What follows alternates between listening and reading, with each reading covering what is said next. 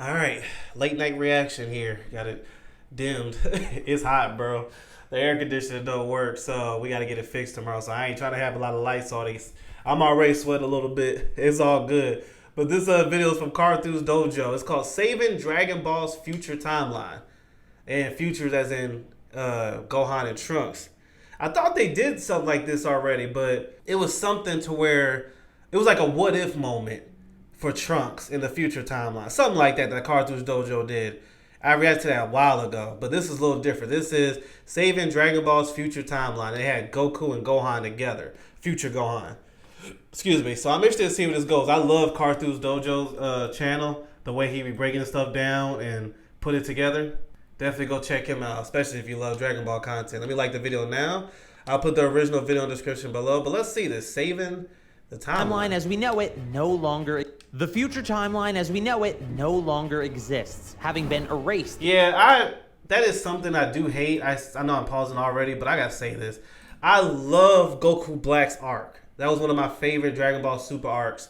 I love Goku Black. I hated what it did to the future Trunks timeline. Because it was like all that future Trunks did in Dragon Ball Z meant nothing. Dragon Ball Super, and a friend of mine told me, I didn't want to believe it, but it took a minute and I accepted it. Dragon Ball Super really messed up Future Trunks.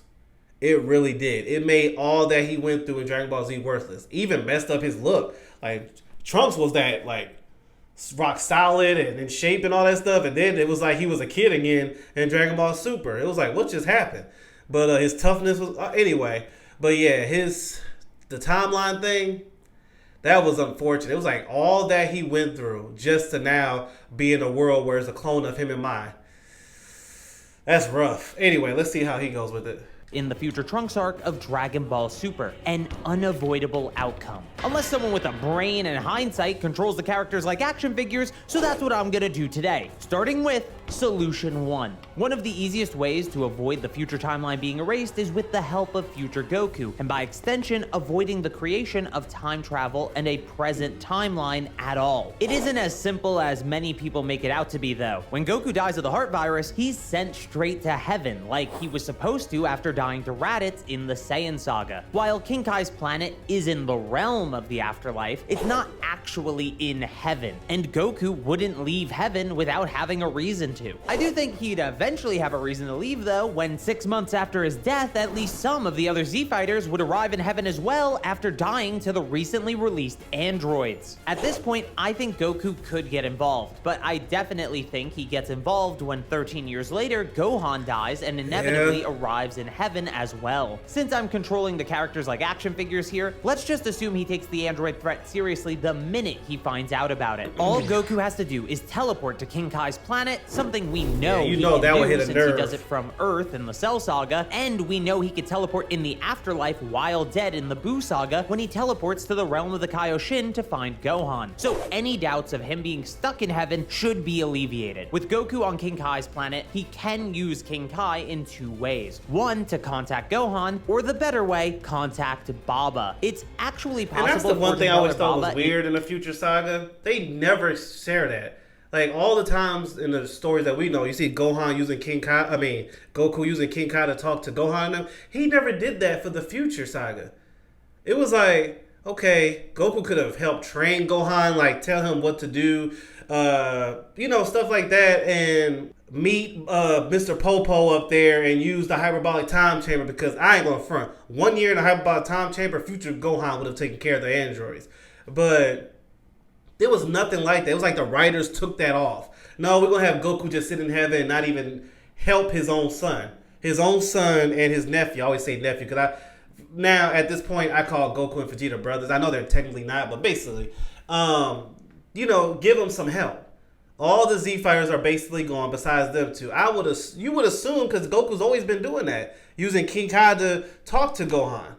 But they did nothing of the sort. I always thought that was weird. Maybe I'm missing a point of why that didn't happen. But I always thought that was weird. This makes sense. Is already in the afterlife, hiding from the androids the same way she did from Boo. But even if she's not, it's easy enough to get in contact with her so she could grab Goku to spend his one day on Earth. Remember, it's only been 6 months since the androids emerged, so most of the Earth is still alive since they're taking their time and having fun killing everybody. So Goku contacts Gohan and lets him know he's coming back for a day, and has him meet him at Kami's palace. Of course, Kami is dead, but the Room of Spirit and Time is Mr. Popo's there, so they're going to use it to train. Now, this may be contentious, but I think the Room of Spirit and Time would give Goku extra time on Earth. It's still one day outside the chamber, so no rules are broken to me. But I could see a world where it doesn't work That's a way to work with the rules there. In Goku's favor, due to it even being suggested as a place to train Goten and Trunks in the Buu Saga when Goku also only had 24 hours on Earth. This should be more than enough time since Goku and Gohan ended their training early in canon when using the time he would have mopped the floor with the androids in breathing room for extra training. Some important things to remember though, Gohan didn't train with Goku and Piccolo for 3 years like present Gohan did in canon. So he is weaker, but they only need to be stronger than the future androids since they don't even know Cell exists and he won't exist for another 21 years. Remember, Cell is only a threat in the canon present timeline because he time travels back in time. Also, the future androids are considered weaker than their present counterparts by future Trunks. It is possible his perspective on their strength is wrong due to the androids holding back against future Gohan in every fight except his last, but I also think it's more than fair to assume that Toriyama truly intended for the present androids to be stronger, which is why he had Trunks say this. So with around a year of training due to Goku's time constraint and weaker androids, Gohan can turn Super Saiyan at will and is far stronger than both of the androids. Goku would want Gohan to handle the androids because he's no longer alive, a similar mentality we see him have in the Buu Saga in canon. Gohan takes care of the androids, Goku teleports back to King Kai's planet and uses him to not only find new Namek, but also to communicate with the Namekians, so they gather their Dragon Balls for him before he gets there, which they're more than happy to do for their people's savior. This also buys Goku more time in the living realm since he's waiting on King Kai's planet until they're gathered, and buys time for Gohan to destroy the androids. King Kai keeps an eye on Earth and informs Goku that the androids are destroyed, and then sees the Namekians have gathered their Dragon Balls. So Goku teleports over and has to decide who he should revive due to Porunga's revival limit of 1 person per wish. Luckily for him though, the revival limit was removed after Frieza invaded Namek, so he can revive everyone with just 1 wish, and even has 2 wishes left. After reviving everyone with the first wish, he uses the second to fix the destruction on Earth that the androids caused, and for the third wish, I think he could wish for his own revival, as he didn't have the same intention to stay dead for a reason like after the Cell Saga. But I don't know if Porunga has the same natural death clause that Shenron has. It also depends if a death to a virus is considered a natural death. I would say it is. Otherwise, Toriyama would have specified old age.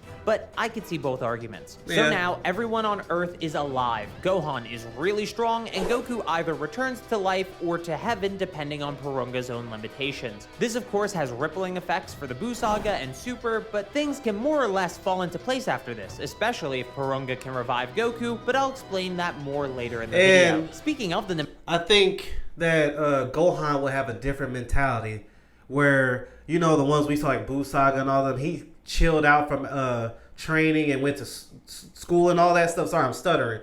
I don't think he would have done it this time. In that timeline, he would have stayed focused on his training, got ready for Cell, took care of him the same way Future Trunks did, and would have been ready for Buu. I think Gohan would have been a whole different person. He would have been more of a savage. That's why I would revive Vegeta, because Vegeta seeing what Gohan did would make him mad at himself. And this is, I'm just assuming, would make Vegeta mad at himself to be like, all right, I got to step up my game. Because now not only Kakarot surpassed me, but his son is over here and is more savage than I am handling business. He protected my son because Trunks would have been protected. So Vegeta, I think, would have been in training. I think him and Gohan would have built that relationship that I thought they always was going to have. Because Vegeta always had respect for Gohan, but they never took it that far in their training or nothing like that. I think if you revive Vegeta, I think that's what it would have turned out into. And those two would have dominated, protected Earth easily. Until Beerus showed up. Because when Beerus showed up, you know, I hope the best for you. But yeah, Vegeta and Gohan would have trained Trunks. And those three Saiyans, yeah. Now, of course, this is if Goku don't ask to get revived. But I'm saying I would have revived Vegeta.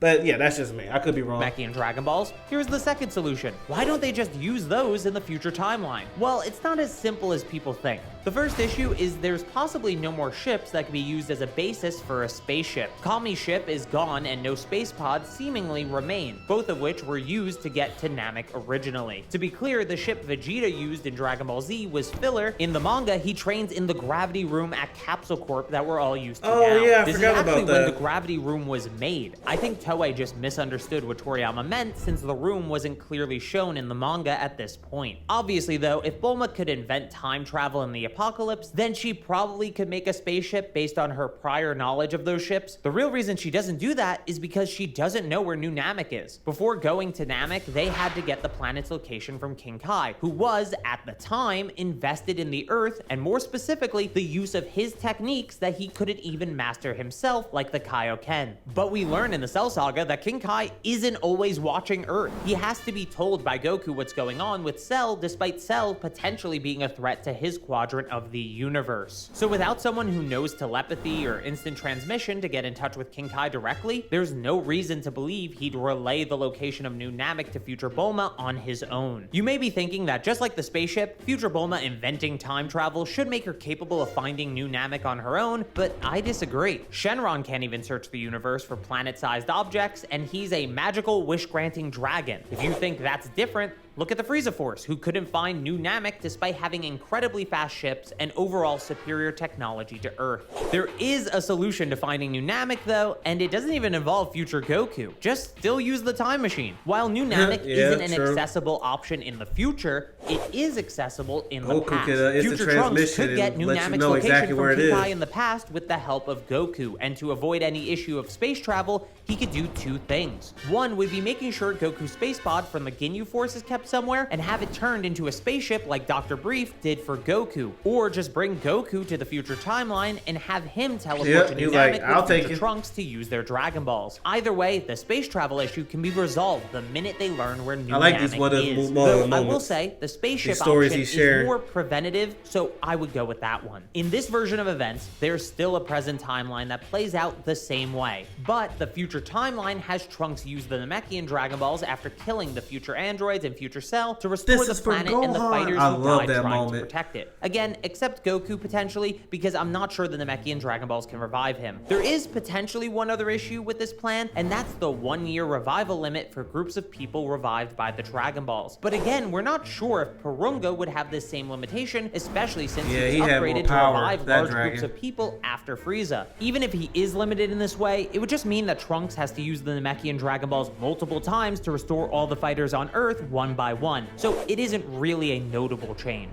With this larger group and future Trunks' knowledge of better training due to his time in the past, the future Buu saga should go pretty smoothly, specifically with future Gohan, who can be trained by future Goku since he wouldn't want his perceived failures to happen again. He could have even already trained with him for 3 years while dead. I would get Piccolo back. This, alongside the fact there's a warning about Buu well in advance in the future timeline, should allow for Buu's revival to be more avoided, and more importantly, for Beerus to still be alive, since there would be no reason for Supreme Kai to die, and even if he does, he'll be revived immediately. This would also lead to Goku Black no longer seeing the future timeline as a target, and potentially him having no target for the Zero Mortals plan at all. Maybe he'll go to Cell's timeline, you know, the one where Cell killed Trunks and stole his time machine. I guess that'd be the only option he'd have left. Like I said though, there's no guarantee that everyone can be revived by the Namekian Dragon Balls, because they might have Earth's Dragon Balls same 1-year time limit on group revivals. If that's the case, Trunks can still fix the Earth as much as possible with their Dragon Balls, and if he took a spaceship to the past, this still leads to a Goku Black free outcome, because assuming everything else goes the same, Supreme Kai dying to prevent Buu's resurrection and all, he can use their Dragon Balls to revive Supreme Kai, and by extension, Beerus. For those who forgot, Beerus is connected to Supreme Kai. Yes, he likely used to be connected to Elder Kai, but he no longer is. Yes, he likely was connected to the Grand Supreme Kai, but he no longer is. It's explicitly stated in the anime and manga that his life is connected to Shin as of now. This connection is transferred to the current Supreme Kai.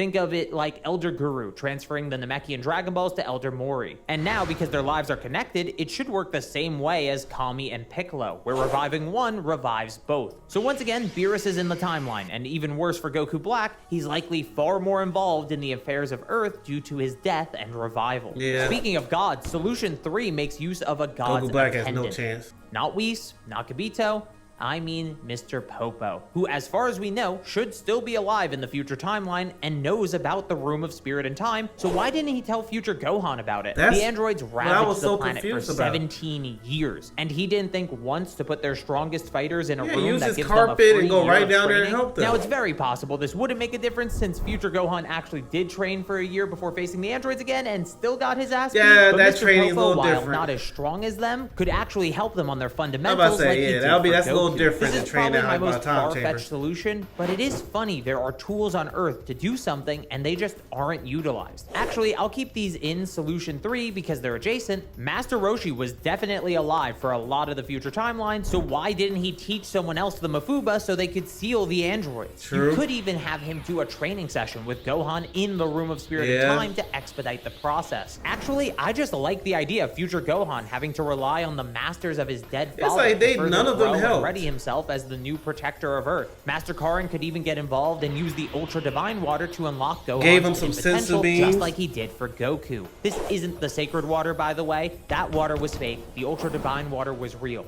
They're from two different arcs. So in this version, Gohan stays alive, having followed more closely in his father's footsteps while still being his own person. With a combination of his improved fundamentals from Mr. Popo, a power increase from Master Karin, and learning the Mafuba from Master Roshi, he handles the androids on his own. This doesn't bring back the Dragon Balls or anyone else for that matter, but it does likely lead to a future timeline with a far easier Buu saga due to both Gohan and Trunks being around to help Supreme Kai with that threat so he doesn't have to die. Which then leads to Beerus still being alive and avoids Goku Black's involvement entirely. I think all of these solutions could have led to a good outcome for the future timeline and future Trunks, but instead he's in a timeline with a different version of himself that's already Yeah, I there hated because that. I guess that was a more fitting ending for that character. No, it Make wasn't. sure to subscribe if you haven't No, it yet. wasn't.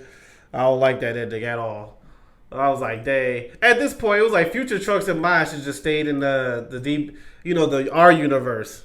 He might as well instead of being around clones, but it is what it is. Imagine both get. It's just weird. I don't know. It's just weird. Anyway, shout out to Carthage Dojo. I like those scenarios. Actually, a lot better than what we got. But yeah, let me know what y'all think. I'll see y'all later.